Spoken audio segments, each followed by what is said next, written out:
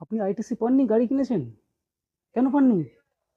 না, তার কিছু জিএসটিতে কারণ আছে। জিএসটিতে সেকশন 17 সাবসেকশন 5 এ বলা আছে, যেটা ব্লক ক্রেডিট, সেখানে বলা আছে যে যদি আপনার গাড়ি আপনি পার্সোনাল ইউজেসের জন্য নেন, কখনোই সে আইটিসি পাবেন না। এবং তার ক্যাপাসিটি যদি 13, মানে ড্রাইভারকে নিয়ে 13 বা তার কম হয়, তাহলে কখনোই আইটিসি পাবেন না।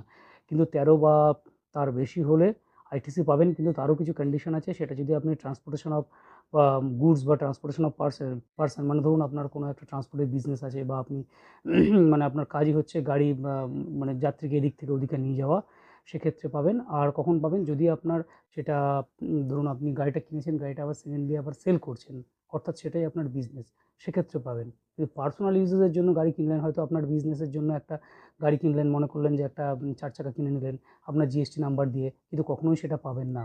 এটা কিন্তু খেয়াল রাখার। অনেকেই তাই করেন, যে জিএসটি নাম্বার দিয়ে কিনে নিচ্ছেন, ভাবছেন আইটিসি পেয়ে যাবো, ক্লেম করে নিচ্ছেন, পরে আবার চিঠি আসছে। তো এটা কিন্তু খেয়াল রাখার বিষয়। ধন্যবাদ।